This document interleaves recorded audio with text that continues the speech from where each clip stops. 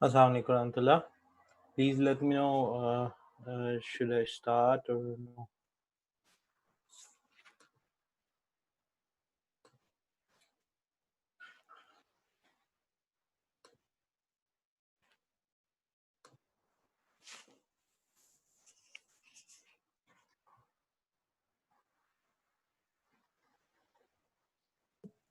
जी अस्सलाम नबी साहब।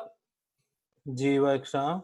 हाँ जी साहब, Ehsan here. So Naveed Chetta साहब inshallah will be helping you in moderating today. So he has also joined in. I'm just gonna make him the host, and you can also share while being as a panelist. So I think you can start right now. Jazakallah. Okay, jazakallah. Assalamualaikum warahmatullah. Auzubillahi minash-shaytanir-rajim. Bismillahir-rahmanir-rahim.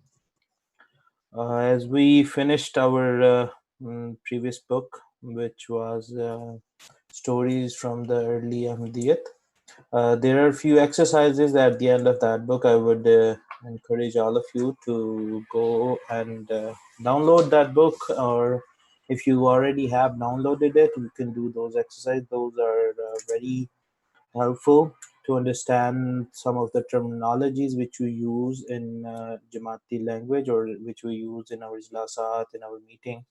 So that would be very easy for you to understand once you go through that. Now what we have is another book about the kindness of the Holy Prophet ﷺ towards children. So as we all know, the Holy Prophet ﷺ was made as a role model for us by Allah Almighty, and Allah Almighty told us that if we want to succeed in our lifetime, we need to follow him. So that's why we always consider whatever the Holy Prophet ﷺ did, we want it to produce in ourselves, and we want to act accordingly. So moving on to our today's lecture or today's lesson, the very first thing which is in this book, they are making an environment of telling the story, and they want to make your interest. So that's why they have made it like a classroom, and that how we talk in our classrooms, they have made it exactly like that. And they have made different children answering different questions. So we will go through the pages, and then we will see what is the moral, or what should we learn from this. Okay. So as I already told you, that they have made this as a model, that teacher has entered into the class, and she is asking that we will be discussing the life of the Holy Prophet ﷺ of Islam in this term. So they started questioning.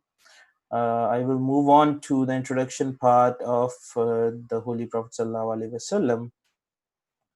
As we all know that Holy Prophet ﷺ was born in Mecca, and it is in Saudi Arabia nowadays, in 570 AD. And his father name was Abdullah, and his mother name was Amina. And his grandfather was Abdul Muttalib, who gave him the name Muhammad. As we know, most of us know that the father of the Holy Prophet ﷺ died before his birth. So when he was born, his father has already died. So that's why he was called as an orphan. Okay. And most of us already know what orphan is. And after a few years, his mother Amina, she also died. And he was raised by his uncle. First, his grandfather took the care, and then after 2 years, he died, and then his uncle took care of him, whose name was Abu Talib, radiyallahu ta'ala. And then if we move on to that the first wife of the Holy Prophet sallallahu alaihi wasallam was Hazrat Khatija radhiyallahu ta'ala anha. She was a rich widow of Makkah, and she heard the incidents. How they got married was this: that the Holy Prophet sallallahu alaihi wasallam used to do the trade. And as we know that Khadija radhiyallahu ta'ala anha was a widow, so she was not able to go by herself and do the trade. So she asked the one of his servants that if you find an honest person who can take our stuff and he can do the trade and he can bring us some money. As she was a wealthy woman, so his servant came and he said that Muhammad will be going and he is the honest person in my opinion. So she gave her belongings or her stuff to be traded to the Holy Prophet sallallahu alaihi wasallam. And because of the honesty and the pureness of the Holy Prophet sallallahu alaihi wasallam, she got impressed, and then they got married.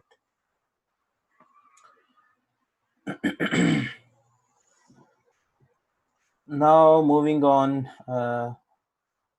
that when the revelation of the Holy Prophet sallallahu alaihi wasallam started getting the revelations of Allah Almighty, at that time as Khadija radhiyallahu ta'ala anha was with him, and she took care of the Holy Prophet sallallahu alaihi wasallam when he was in need.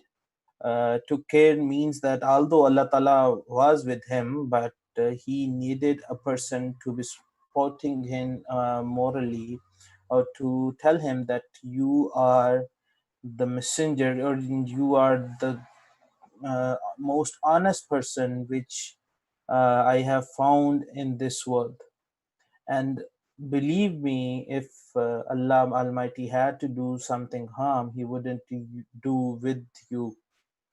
So she gave him the confidence that whatever you have received, it may be from Allah Almighty. You should ponder upon it, because he got very frightened when the angel Jibreel والسلام, appeared in front of him and he gave him the message of Allah Almighty. He was not afraid to see an angel or to heard from the voice of an angel. He was afraid to accept that big of duty. He was not willing to accept that bigger duty which was being given by Allah Almighty to him. So he was afraid that he might not be able to fulfill the requirements or fulfill what has been asked from him. So that's why he was trying to refuse it, that I don't want it. And but with the support of Khadija radhiyallahu ta'ala anha, and with the angel telling that Allah Almighty have chosen you for this thing, then he accepted it, and then we know what happened. He started spreading the message of Allah Almighty into the world. Now, I would like you to read it. If anyone wants to read the pages, I would request, or I would want to, if anyone is willing to do it, I can ask moderator Saab to unmute him, and then you can read it. Okay, if there is anyone, let me know. Our moderator Sahib is there.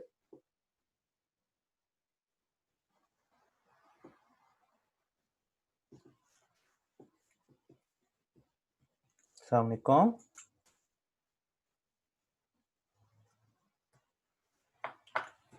Hope they can hear me, but let's see. Assalamu alaikum. Wa alaikum salam wa rahmatullah. Muhammad, may peace and blessings of Allah be upon him. It was 9 o'clock on Friday morning. The bell rang and all the children from the local primary school hurried in their classes. from 2M had Form 2M had religious studies as their first lesson. As soon as they sat down in their seats, their teacher, Miss Mitchell, entered the room. We are going to discuss the life of the Prophet of Islam this term, she announced. She asked the children if they knew where he was born. There, there was no response from the children. She then asked, who can tell me the name of the founder of Islam? Ahmed raised his hand and said, the name of the founder of Islam is Muhammad, may peace and blessings of Allah be upon him. Well done, said Miss Mitchell.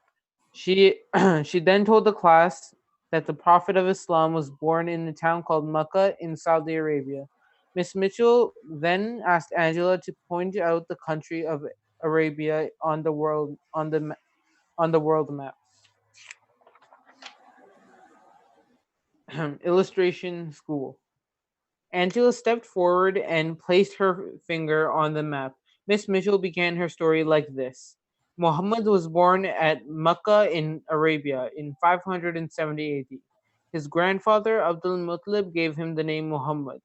He was born as an orphan. Do you know what an orphan is? Asked Miss Mitchell. Said Robin.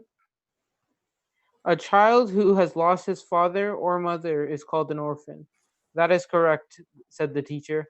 Muhammad's father, Abdullah had died a few months before he was born as a child. Muhammad belonged to a very noble family of Arabia called the Quraysh. As uh, as as was the custom of Arabia in those days, baby Muhammad was handed over by his mother Amina to a wet nurse called Hamila Halima to be brought up in the countryside. What is a wet nurse? Wet nurse asked him. A wet nurse is a woman who is paid to suckle another woman's baby, answered Miss Mitchell. When Muhammad was 6 years old, his mother died.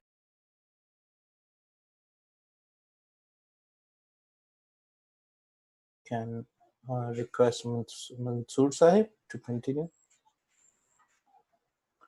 If there is anyone else who want to read. Assalamu alaikum. Wa alaikum Jazakallah, Mansoor Sahib. When Muhammad ﷺ was 6 years old, his mother died. His grandfather, Abdul Muttalib, took him into his care, but he too died 2 years later. Thereafter, his uncle Abu Talib looked after him as a boy. Muhammad used to look after the goats and camels in the fields like other Arab youngsters. He was a very noble child. He never told a lie. He was pious, truthful, and honest, so much so that he was given the title As-Sadiq, meaning the truthful, and Al-Amin, meaning the trustworthy, by the people. He tried to help the poor and the weak. He was always respectful to his elders and kind to the young. Khadija, a rich widow of Makkah, had heard of the honesty, piety, trustworthiness, and high moral character of Muhammad ﷺ. She decided to employ him as her trade agent.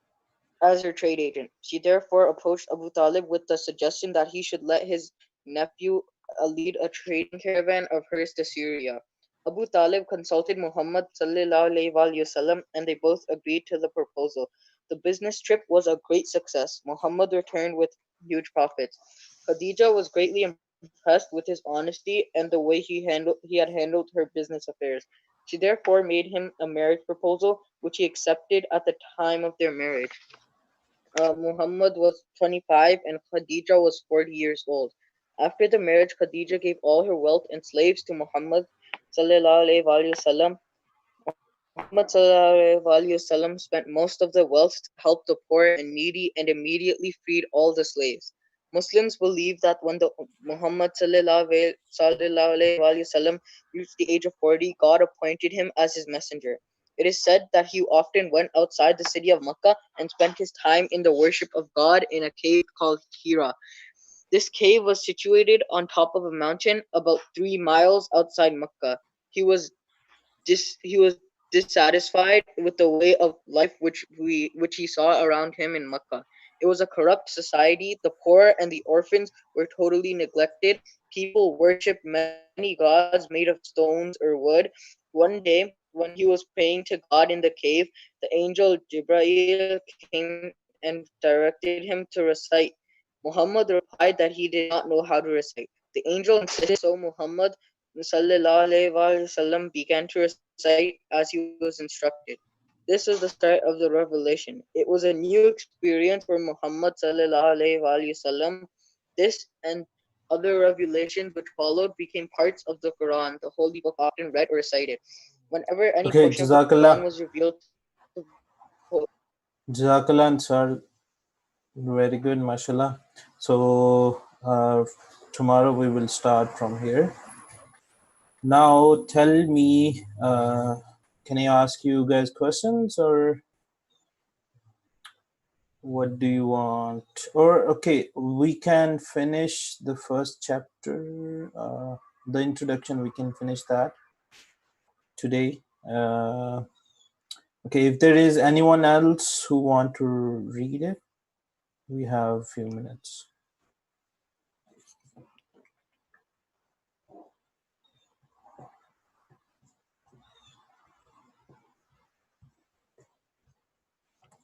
Anyone else who want to read it?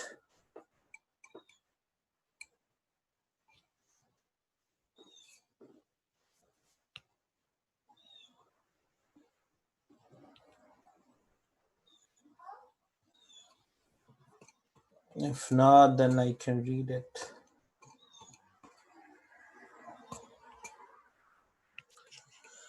Okay, the word Quran literally means that which is recited most often.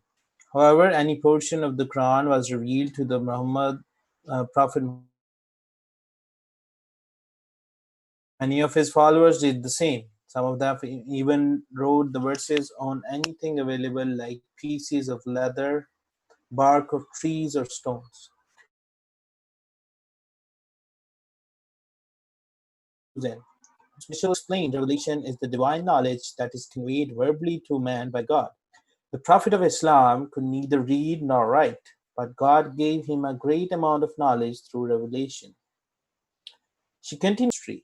The Islamic calendar starts from the date the Prophet of Islam migrated from Mecca to Medina. When the people of Mecca saw that Islam was flourishing in Medina, they attacked Medina a number of times in order to destroy the Muslims.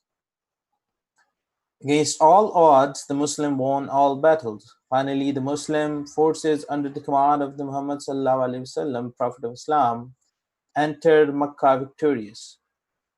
The Prophet died at the age of 63 in 633 AD. By that time, Islam had spread throughout Arabia. The Prophet of Islam showed kindness to everyone, even to his enemies, but he was extremely kind to children. The pupils were so absorbed in the story that they did not even hear the bell, which had already gone, marking the end of the lesson. The teacher said, "Next week, those children who want to take part should relate one incident from the life of the Prophet of Islam, which shows his kindness and love for children." So we can do the next lesson in the next class. Okay, just a few questions. The very first question is, what was the name of the Prophet of Islam? Anyone? Assalamualaikum. Wa alaikum salam wa rahmatullah. His name was Muhammad Sallallahu Alaihi Wasallam. May peace and blessings of Allah be upon him. Sallallahu alayhi wa sallam. Okay, what was the name of the father of the Holy Prophet Sallallahu Alaihi Wasallam?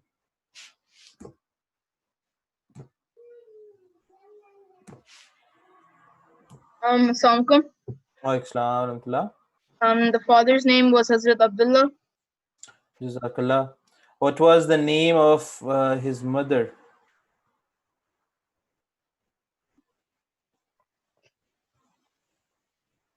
Is it Amina?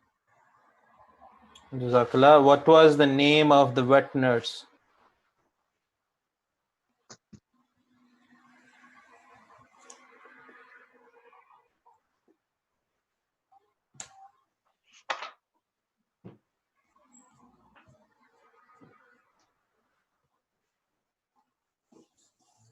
Anyone?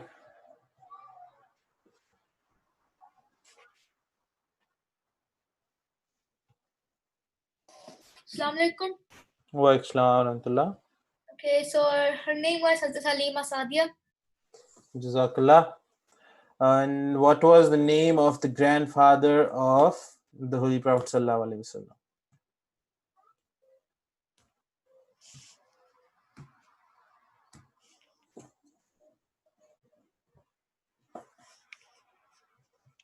It was Hazrat Abdul Muttalib.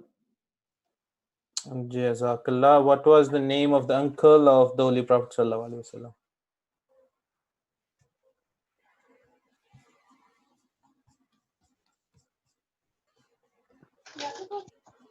Assalamualaikum. Name? Yes. It Okay. Okay. Why Muslims left Mecca? Why the Holy Prophet Sallallahu Alaihi Wasallam left Mecca? Wa Islam Rahmatullah. Wa Islam.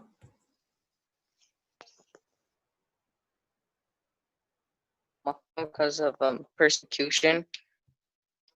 The Muslims left Makkah because of persecution, and the Prophet said that they did not fight back, and so he suggested them to migrate, and then eventually he did too. Yes, they moved due to, or they migrated due to the persecution, and after the permission of God, they migrated to Mecca. What this is called in an Islamic of the religion?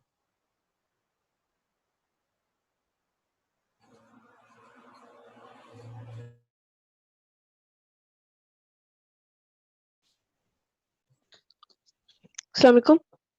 Wa Islam. Can you repeat the question? I said, what is take of your yes Hijrat or migration? hijrah. One from the Holy Prophet Sallallahu Alaihi Wasallam. Also tell me who was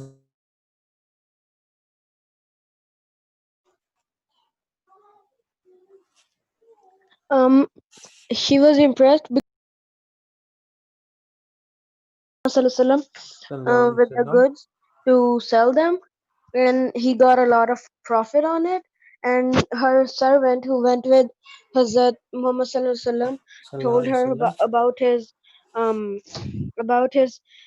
truthfulness, and she was Sallallahu Alaihi Wasallam. Jazakallah Kashif. Okay. Where did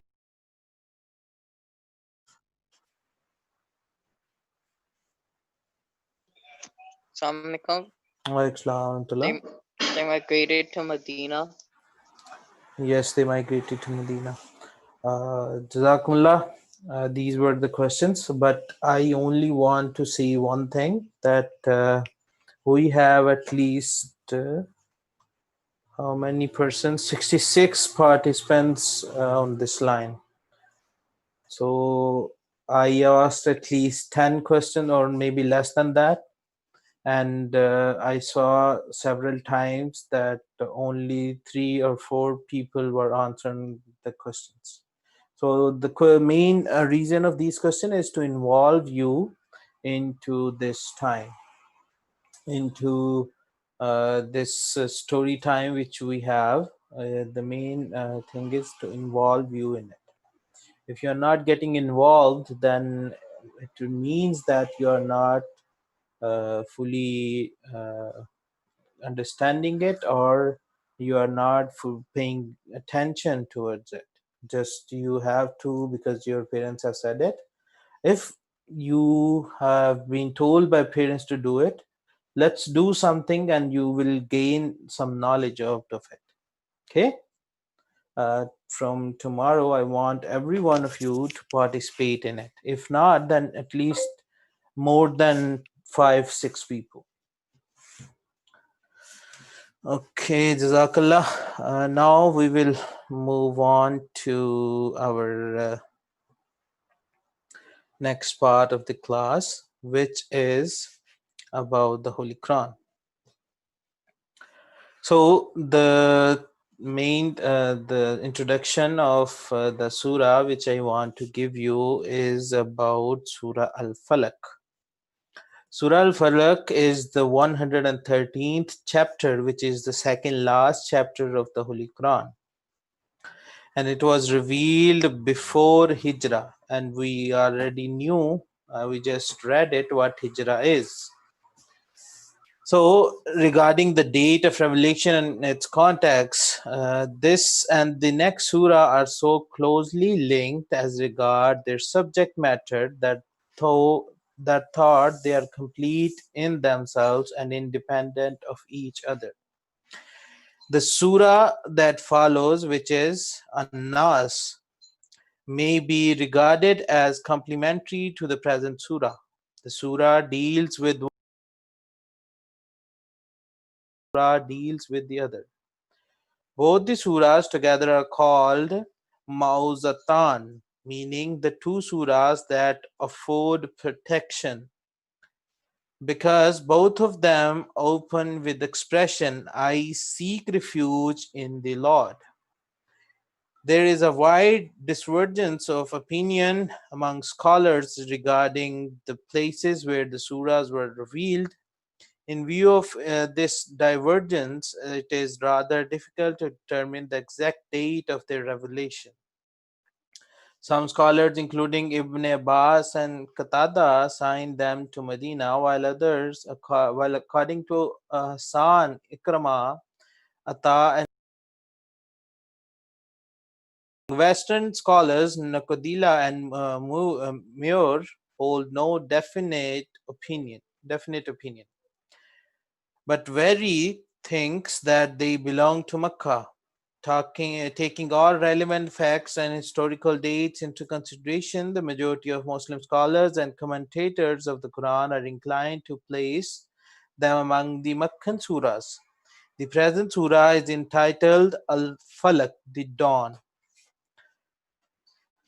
So the connection of these two surah with Surah Ikhlas consists in the fact that in that surah believers were enjoined to proclaim to whole world that God is one and unique, and He is far above anything or any person being a partner in His divinity. In these two surahs, the believers are told that they should not be afraid of any tyrant, dictator or ruler in the discharge of this sacred duty, and should hold the firm belief that God is sole director and controller of the whole universe, and that He has power to protect His victorious from any harm or injury which the forces of darkness might seek to do them. Though constituting an integral part of the Quran, these two surahs may be regarded as forming a sort of epilogue to it. The main body of Quran seems to end with Surah Ikhlas, which recapitulate as it were in a nutshell the basic Quranic principles, and in these two surahs, believers are enjoined to seek divine protection against deviating from the right path and against the mischief and evils which might adversely affect their material well-being and spiritual development. The Holy Prophet ﷺ used to recite these surahs regularly before going to bed. So this is a brief introduction. We also have more to it, but I just want to tell you what is the subject matter of this surah. To simplify it, these two surah are to be called or to be counted as those surahs by which we ask the refuge of Allah Almighty. And that is the very sole reason, and that is the reason why the Holy Prophet ﷺ used to recite these surahs before going to bed.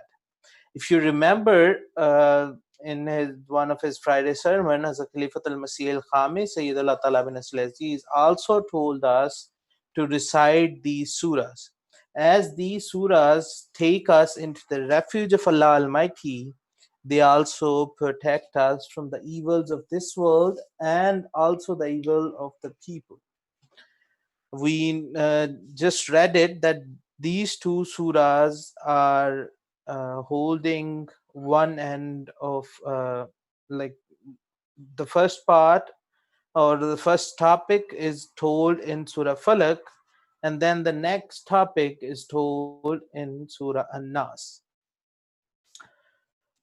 Now, if we go on, if you want to read the commentary in English, it is available and you can read it. Okay, so moving on to how to recite it, I already told a few things to you yesterday. And one more thing is this, that when we will be stopping at cough, so we have to give a slight power when we will stop. For example, قُلْ أَعُوذُ بِرَبِّ الْفَلَقِ. So the sound of the cough is should be proper. Okay, then I already told you that when we have to combine these two, yesterday they are basically the same, you can say, the rules and regulations which are being applied over here in this surah as well. Now we will go on to the, I would request you to read the Quranic verses. Okay, anyone who want to recite it? The basic reason why I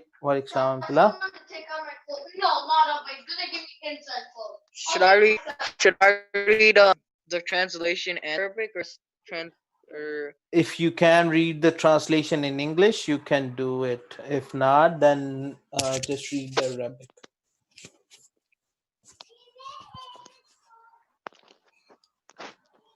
أعوذ بالله من الشيطان الرجيم بسم الله الرحمن الرحيم أعوذ برب الفلق من شر ما خلق ومن شر غاسق إذا وقب ومن شر النفاثات في العقد ومن شر حاسد إذا حسد. Okay, are you going to read the translation? The name. Okay. Yeah. In the name of Allah, the Gracious, the Merciful. Say I seek refuge in the Lord of the Dawn, from the evil of that which He has created, and from the evil of the night when it overspreads, and from the evil of those who blow into knots to undo them, and from the evil of the inniver when he innives. Okay, Jazakumullah. Anyone else who want to read this surah? We have 72 participants now, mashallah, and Tasar is the only one who had read it. Anyone else? We have a lot of time. Wa Islam rahmatullah. أعوذ بالله من الشيطان الرجيم بسم الله الرحمن الرحيم قل أعوذ برب الفلق من شر ما خلق ومن شر غاسق إذا وقب ومن شر النفاسات في العقد ومن شر حاسد إذا حسد. Jazakumullah. Anyone else? Assalamualaikum. Waalaikumsalam. So I also had a question after this. Am I allowed to ask? You can ask when we will be doing the question answer, or you can just type in. Oh, okay. أعوذ بالله من الشيطان الرجيم بسم الله الرحمن الرحيم قل أعوذ برب الفلق من شر ما خلق من شر غاسق إذا وقب من شر النفاسات في العقد ومن شر حاسد إذا حسد. Jazakallah. Next one. Assalamualaikum. Waalaikumsalam warahmatullah. أعوذ بالله من الشيطان الرجيم بسم الله الرحمن الرحيم قل أعوذ برب الفلق من شر ما خلق ومن شر غاسق إذا وقب ومن شر النفاسات في العقد ومن شر حاسد إذا حسد. Jazakumullah. Anyone else?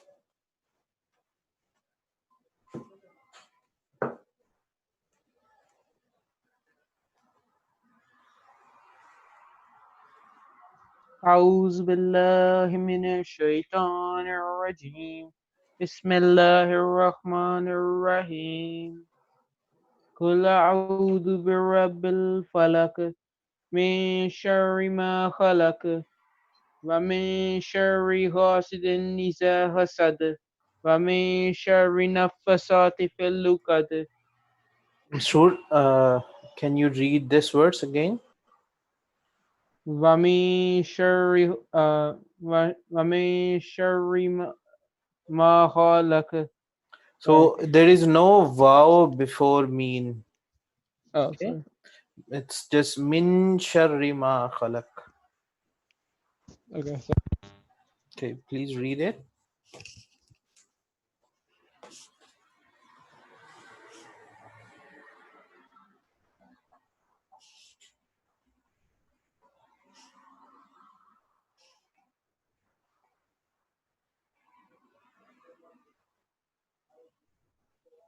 Okay, I'm back.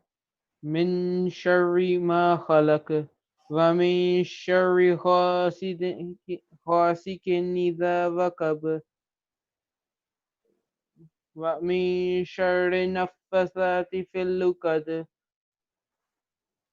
ومن شر حاسد إذا حسد. Jazakumullah, very good. Okay, anyone else?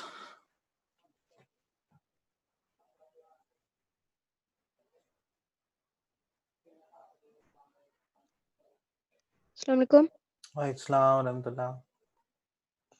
أعوذ بالله من الشيطان الرجيم بسم الله الرحمن الرحيم قل أعوذ برب الفلق من شر ما خلق ومن شر النفاثات في العقد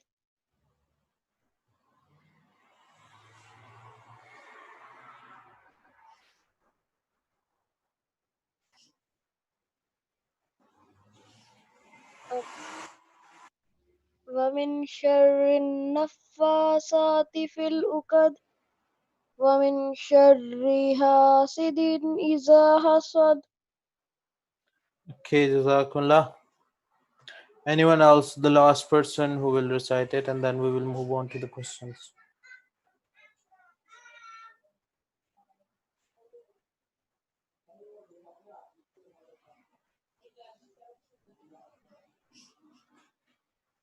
Okay, the last person, I need one more.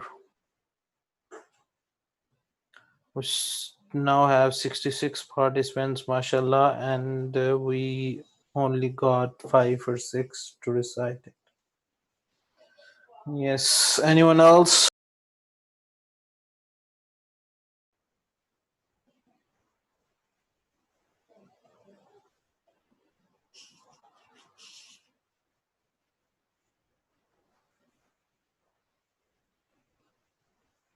Assalamualaikum. वालेकुम रहमतुल्लाह। क्या हाल है? ठीक ठाक, सुनाएं। अल्हम्दुलिल्लाह। أعوذ بالله من الشيطان الرجيم.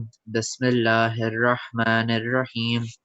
قل أعوذ برب الفلق من شر ما خلق ومن ومن شر غاسق ومن شر النفاثات في العقد ومن شر حاسد إذا حسد. Jazakumullah khair. And now we will be moving on to the question answers. Yes, Moderator Sahib, if you can read the questions and I can answer them.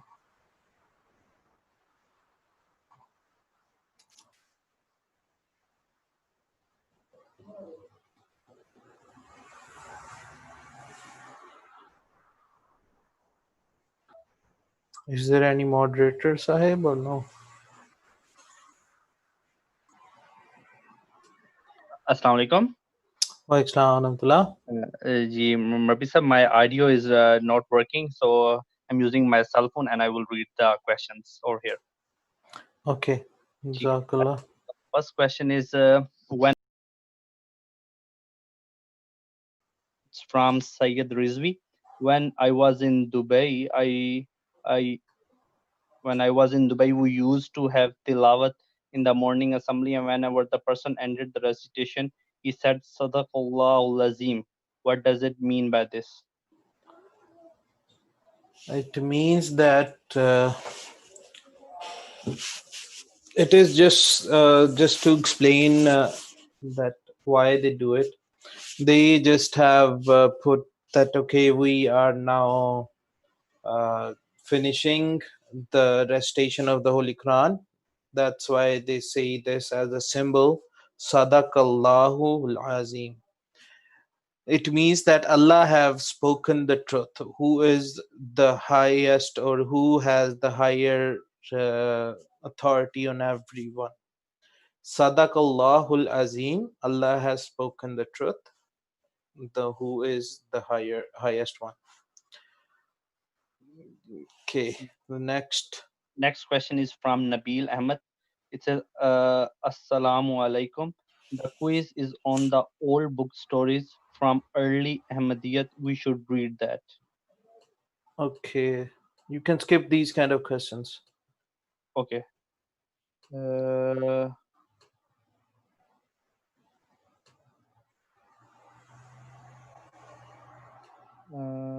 Jimris, there is no more. Okay. Is there any question? Okay. Marisa Masroor is asking, can I ask a question with my mic? Yes, if you allow him, he can ask it. Assalamualaikum. Waalaikumsalam. I was wondering if the book we read about the Holy Prophet, is it who wrote it, and was he Ahmadi or was he not Ahmadi? Yes, it has been written by Rashid Sahib, and it has been published by or from Qadian. His name is Rashid Ahmed Chaudhry. So he is the same writer whose book was you're reading the stories from early Ahmadiyyat. He also wrote that book as well. Oh, okay. Okay. So yeah, I'm assuming he's Ahmadi. Okay. Jazakallah. Yes, Faris Ahmad Mirza, he's saying he has a question. Yes, Faris, you can write it if you want. Okay, early, no, I'm not allowed to do it.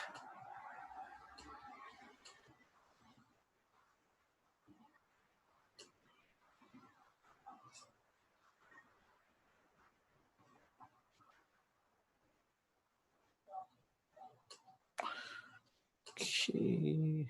Yes, Faris, you can ask the question.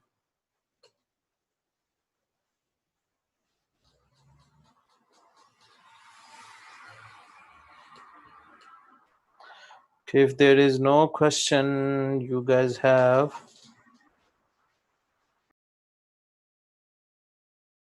one is saying, will the Holy Prophet ﷺ be on his own level in Jannat? Could you? Yes, there are levels of there are levels in Jannat, but we don't know on which level the Holy Prophet ﷺ will be unless we read about it. And when we read about it,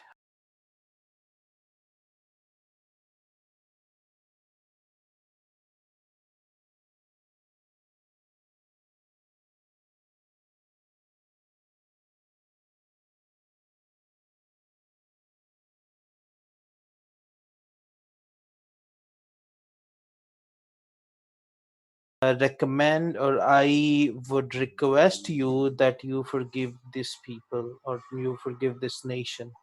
So he will be at that level. Yeah, people with higher ranks will go to the higher levels, and the Prophet, Holy Prophet ﷺ status is unlike any others. Yes, there can be, and there can else others as well, to whom Allah Almighty wish, He can take him there as well. There are different levels. For example, there is a level of Shaheed, the one who get martyred in the way of Allah. He has his own level. And there are those pious people who devoted their life and they lived their life solely to do the prayers, to do whatever Allah Almighty had told them. They have their own status in the heaven as well. And any of us who comes onto those levels, he will be taking the status of those persons. And there are 4 status of the persons which have been told. One is of Nabuwat, that there is a status for every prophet. So people can reach at that status, but being a prophet or not, that doesn't matter. But if you are pious enough, you can still go up to that status, which is the highest status, which has been told by Allah Almighty. And then there is Saleh, which is status of those people who are pious, but they are not at the status of being a prophet. So, and then there is Shaheed. Shaheed has his own status, which is not comparable to each and every other. Okay, so it is not a comparison between the status. Okay, this one is higher and this one is lower and this one. Every status, every person who will go to the Jannah, he will have, you can say, a name of a group of people will be called as Shaheed, and then the others will be called as Saleh, and the others will be called as the prophets. Okay, and there is also one which is called Siddiq. So there are 4 groups which we know, and they all have their own importance, they all have their own ranks. And because whenever we will go to Jannah, we will have each and everything available for us which we asked Allah Almighty. If you want, Allah Almighty will give it to you. Okay.